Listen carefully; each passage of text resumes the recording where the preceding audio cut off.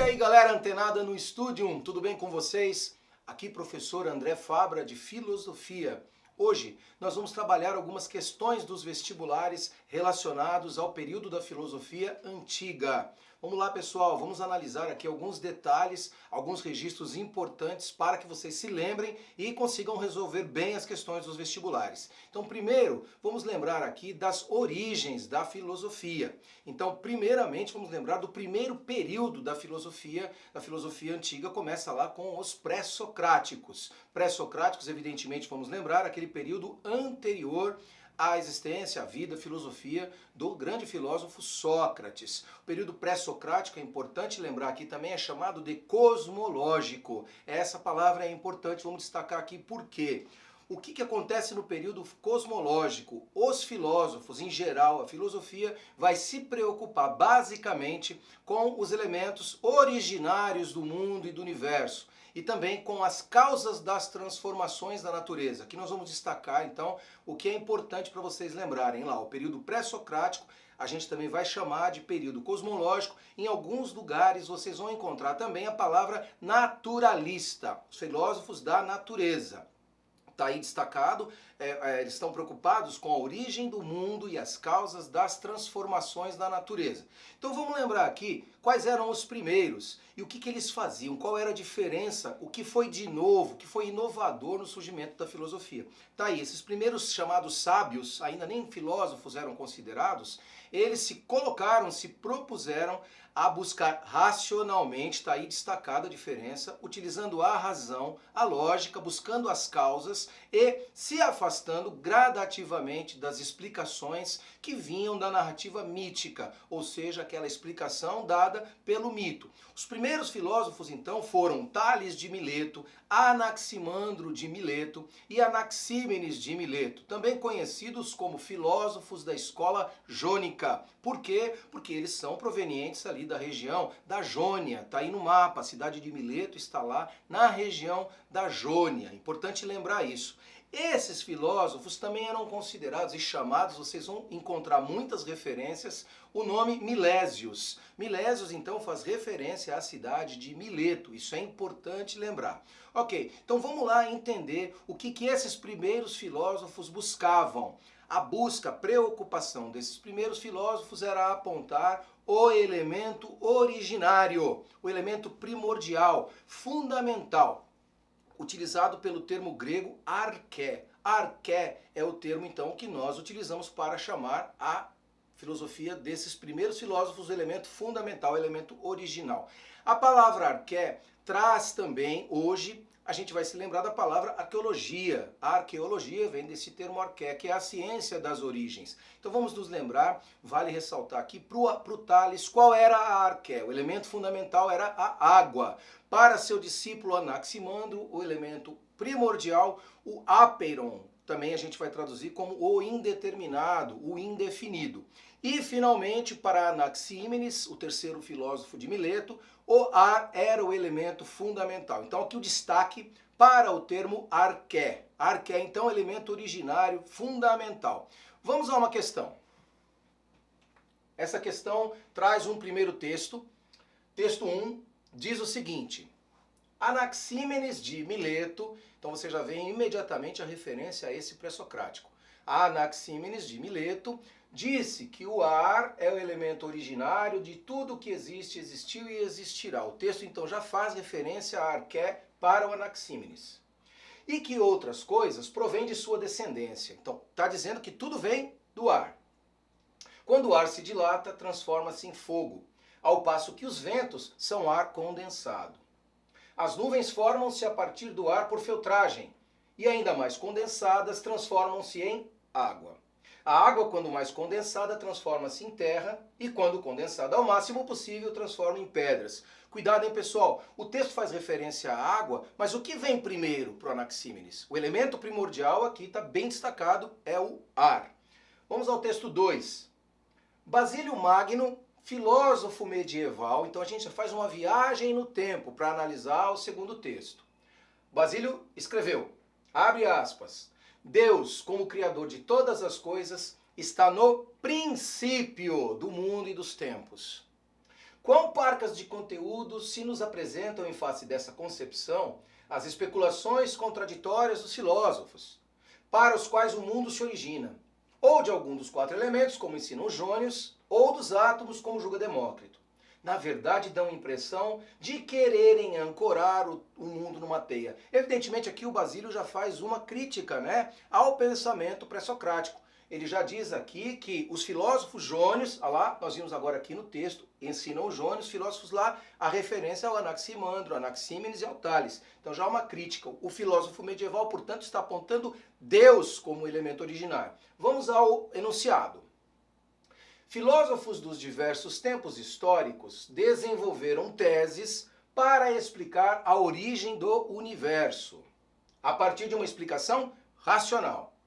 As teses de Anaxímenes, filósofo grego antigo, e de Basílio, o filósofo medieval, têm em comum, nas suas fundamentações, teorias que, o que há de comum nos dois? Vamos lá. A. Eram baseadas nas ciências da natureza. B. Refutavam as teorias de filósofos da religião. C. Tinham origem nos mitos das civilizações antigas. D. Postulavam um princípio originário para o mundo.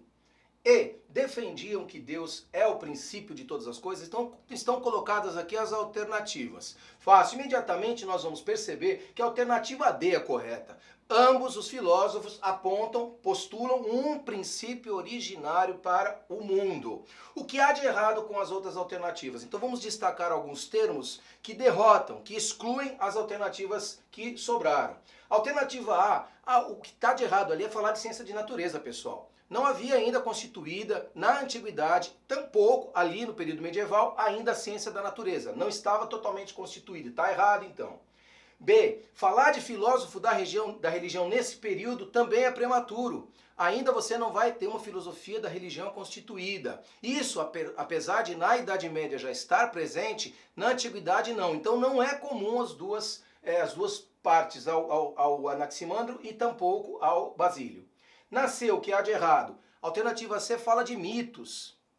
Tinha origem nos mitos das civilizações antigas. Basílio Magno aponta Deus como origem, não fala nada dos mitos, então está errado a C. Por último, olha lá para não nos confundir, defendiam que Deus é o princípio. Não, só Basílio defende que Deus é o princípio de todas as coisas. Portanto, alternativa totalmente correta, alternativa D. Vamos para outra questão do mesmo assunto. Mário Quintana, no poema As Coisas, traduziu o sentimento comum dos primeiros filósofos. Então parece que o Mário Quintana já fez uma referência nesse poema aos filósofos pré-socráticos. Dizia, abre aspas, o encanto sobrenatural que há nas coisas da natureza. Se nelas algo te dá encanto ou medo, não me digas que seja feia ou má. É acaso singular. Aí vem nosso enunciado. Os primeiros filósofos da antiguidade clássica grega se preocupavam com, vamos lá, a cosmologia, estudando a origem do cosmos, contrapondo a tradição mitológica das narrativas cosmogônicas e teogônicas. B, a política, discutindo as formas de organização da polis e estabelecendo as regras da democracia. C, a ética, desenvolvendo uma filosofia dos valores e da vida virtuosa. D, a epistemologia, procurando estabelecer as origens e limites do conhecimento verdadeiro. E E, a ontologia, construindo uma teoria do ser e do substrato da realidade. Bom, quando a gente fala então de pré-socráticos, imediatamente está já fazendo referência na alternativa A a palavra cosmologia. Só não se confundam, pessoal, não tem problema a palavra cosmos. Cosmos é o universo, é o todo. A alternativa correta, sim, a alternativa A. Vamos ver então aqui o que há de importante. Ó. A palavra cosmologia, origem do cosmos, já nos ajuda a resolver a questão. O que há ali então que nos identifica muito forte a origem do cosmos está lá, ó, coisas da natureza do cosmos. O que há na alternativa B que não nos ajuda? A ideia da política. Ok? Então a cosmologia ainda não estava discutindo política, isso só vai surgir no período socrático. A ética também. Não é? Os valores de uma vida virtuosa surgem a partir da filosofia antropológica do Sócrates. D, quando se fala de epistemologia, ou teoria do conhecimento, também é no período clássico que o Platão começa a fazer referência a como o ser humano conhece.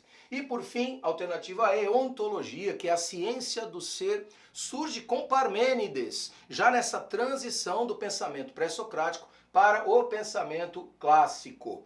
Vamos aqui fazer um novo destaque, pessoal, ao que é teoria monista. Isso é importante porque isso também pode surgir em alguma questão. O que são teorias monistas?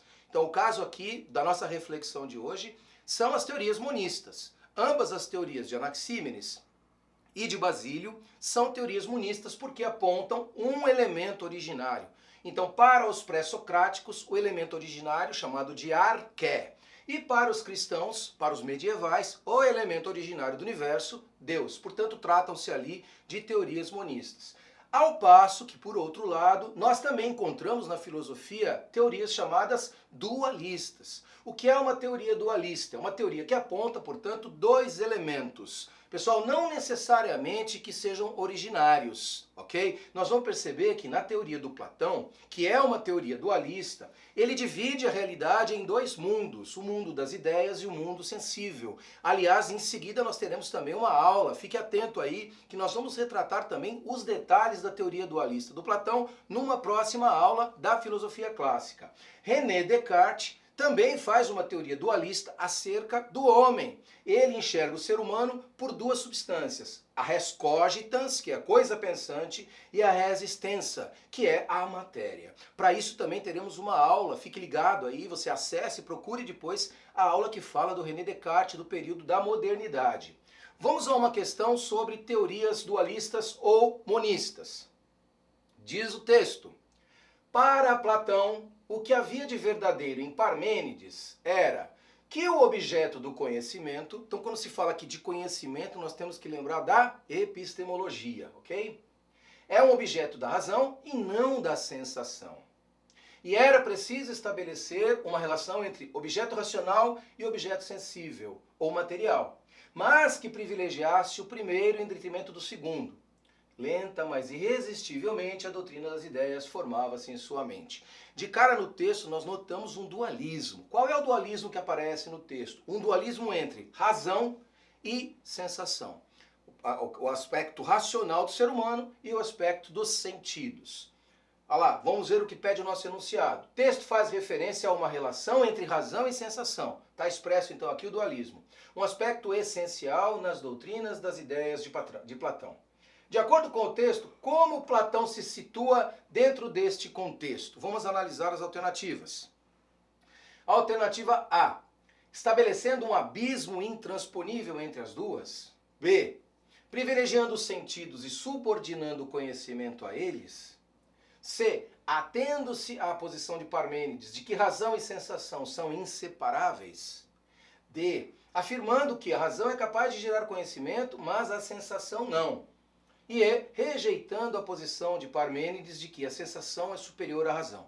Analisando, voltando no texto, nós vamos observar aqui que para o Platão havia algo de verdadeiro em Parmênides, que era o objeto do conhecimento através da razão. Então no texto, pessoal, já fica claro que Platão concorda com Parmênides, não é? Mesmo dentro desse dualismo, em privilegiar a razão. Isso nos ajuda já à análise das alternativas. Imediatamente, então, o que nos faz encontrar a alternativa correta é aqui, afirmar que a razão é capaz de gerar conhecimento, mas a sensação não. Ou seja, a alternativa correta é a D. Todas as outras, a primeira afirmando um abismo intransponível, já condena a alternativa. A B, dizendo que privilegia os sentidos, está errado também, porque o texto já menciona que privilegia a razão. Atendo-se a posição de Parmênides que a razão e a sensação são inseparáveis, está errado, porque a razão é superior à sensação, segundo Platão. E por último, rejeitando a posição de Parmênides de que a sensação é superior. Primeiro, que para Parmênides a sensação não é superior, e muito menos para o Platão. Está aqui então afirmando que a razão é capaz de gerar o conhecimento, mas a sensação não. Pois é, pessoal, aqui nós concluímos então essa análise. Falamos aqui sobre pensamento pré-socrático, a arqué, o elemento originário. Discutimos também aqui teorias monistas e dualistas. A diferença, as teorias monistas estão presentes lá nos pré-socráticos e também nos medievais. As teorias dualistas estão presentes então também no pensamento do Platão e no pensamento moderno de René Descartes. Nós somos o Estúdio 1, estamos com você nos vestibulares.